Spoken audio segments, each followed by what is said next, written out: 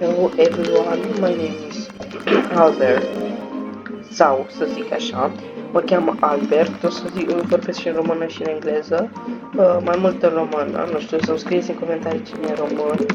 Dacă voi nu sunteți românii, nu o să mai vorbesc în română. Și vreau să vă întreb dacă vreți să jucăm, să vă ajut. Și știu că nu sunt cel mai bun, dar cei care comentează au șanse să câștige un Perm Rocket. Uitați,